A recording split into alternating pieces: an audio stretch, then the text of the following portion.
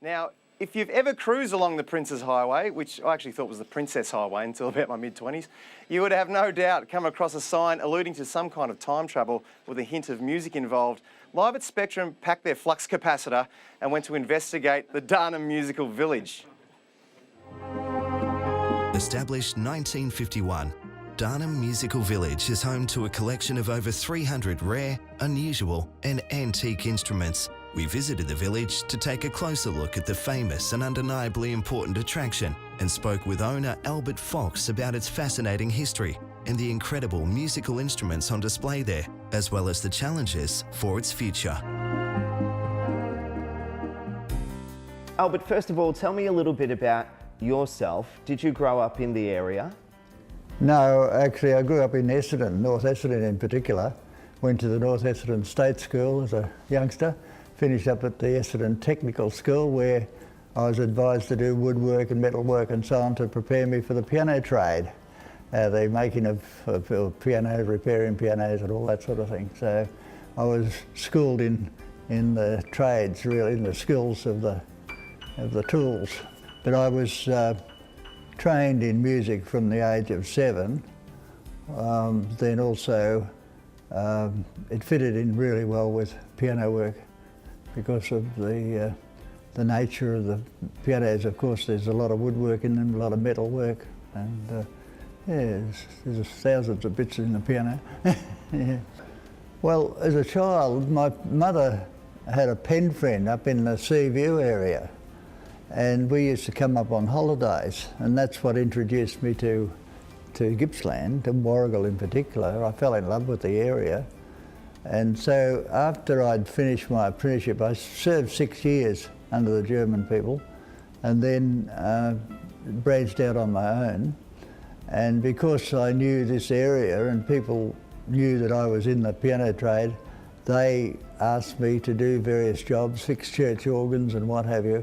So I used to come up in my little Bedford utility and service the area and have a lot of fun around the area too. And so it worked out well. So that's introduced me to Gippsland.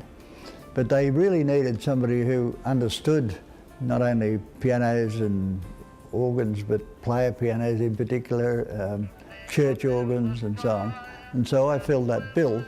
And so the business just grew and grew, and I trained apprentices and they helped me, and we eventually set up quite a number of branches around Victoria, and then the apprentices went out there and serviced the instruments in Melbourne in particular, and other parts like the Western District and Northern Victoria, and right through Gippsland, right through. So when the Musical Village first opened, what sort of reaction did you get from the local area? I think they tolerated me, put it that way. But was there an interest for people to come and Well, there was. There was a music lovers club that started off, and they're still going today, actually. They've been going for over 35 years. And they formed from organ classes that we had back in those days. We sold Lowry organs. They sold like hot cakes. I used to go out to all the showgrounds and sell them on a Saturday, you know. I'd be out there early morning, and not only here in Warrigal, but all over Gippsland mainly. And there were people that came to the village for classes, how to play them, how to learn them. And so my wife even helped with that because she was quite a well-trained musician, and she could handle that quite well. So people, you know, bought quite expensive organs back then.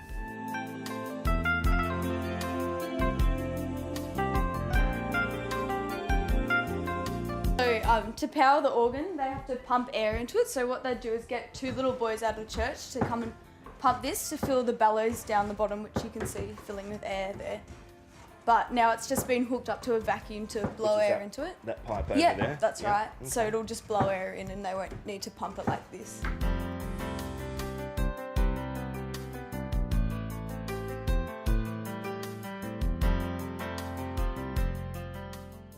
the economy has affected tourism a lot, really. And so what's happening now, instead of a bus coming with 40 or so people on it, you'll get a 28-seat bus, and they say there's 28 people coming, but on the day 26 come, you know. So we're feeling the pinch as far as the economy is concerned. But the heyday of the actual village itself was when we were selling organs, like hotcakes, for instance, and also pianos to a certain degree. But unfortunately what's happened now is that there's not the students coming on, the young people are playing with telephones and iPads, and I'd be the first one to say what a wonderful thing an iPad is, because you can ask it a question, it'll give you wonderful answers and what have you. And my wife tells me all the time I'm working hard to pay bills, and I'm at my age I sort of getting a bit tired of that. And that's why she wants me to put it on the market. We've actually put a few feelers out for selling the village. But what I'd like to see happen is an individual or a group of individuals buy it and then run it as it is, and also to do wedding receptions. I think there's a good opportunity for that, for sure. But as I say, I'm running out of puff to do that, and it needs some younger people to come on with those ideas to push it ahead. We can't break through that barrier to say people will jump on a bus or what have you to come here. So that's what I'm saying, it's a complete failure. You say it's a failure, but personally I don't see it as that way. It might be, as you're concerned, like perhaps a commercial failure, but as far as the history goes in this place, it's certainly not a failure. This is a credit to you, and you can see that it's a life's work for you. Well, I get up some mornings and I think, well, you know, I'm not going to sell the place. I mean, it's a beautiful thing.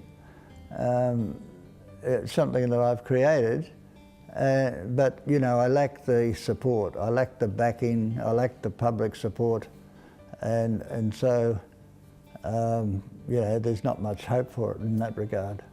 Well, it's been a pleasure to meet you, Alfred. It's been a pleasure to meet you. And thank you so much for your time. We wish you all the best for the future, and to your family as well. Did you say Alfred or Albert? You said Alfred. Oh, did I say Alfred? Did I? Yeah, Sorry, well, it's Albert. a funny thing. Funny thing. A check. Alfred. Funny thing. I had to explain to a bank. I think you called me Brent before. Yeah. Well, we're even now. But what actually happened yesterday, I took a check to the bank and it had Alfred on the check. There you go. And I said to the girl, and then it looked like they were going to stop the payment. I said, oh, don't stop the payment. I just put it through. So.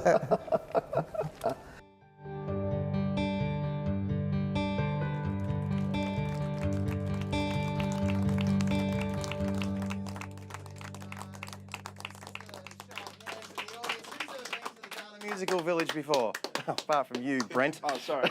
Yeah, well, Big John has. I'll tell you what, after seeing that story, I will not be driving past that place next time. It's a sign I've always seen. I've thought, I wonder what is in there, what's down there? And I've always heard about Albert Fox as well and his pianos. He's a lovely guy. He's 87 years old. And the village really is, it's just like a museum. It's like stepping back into time. So we really do urge everybody to go and visit and support such a great local establishment. And he has set it up like a little village as well. Like you're saying, a lot of the buildings there were actually transported from other areas. Yeah. There's even a church there. Yeah, and it's made from recycled wood from other buildings. So he's put his life into that place. Yeah, beautiful place. So next time you're in that Darnham area in the highway and you see the sign about time travel, just turn off the highway. It's not far off the highway, too. No, it's like literally just around the bend. Right there.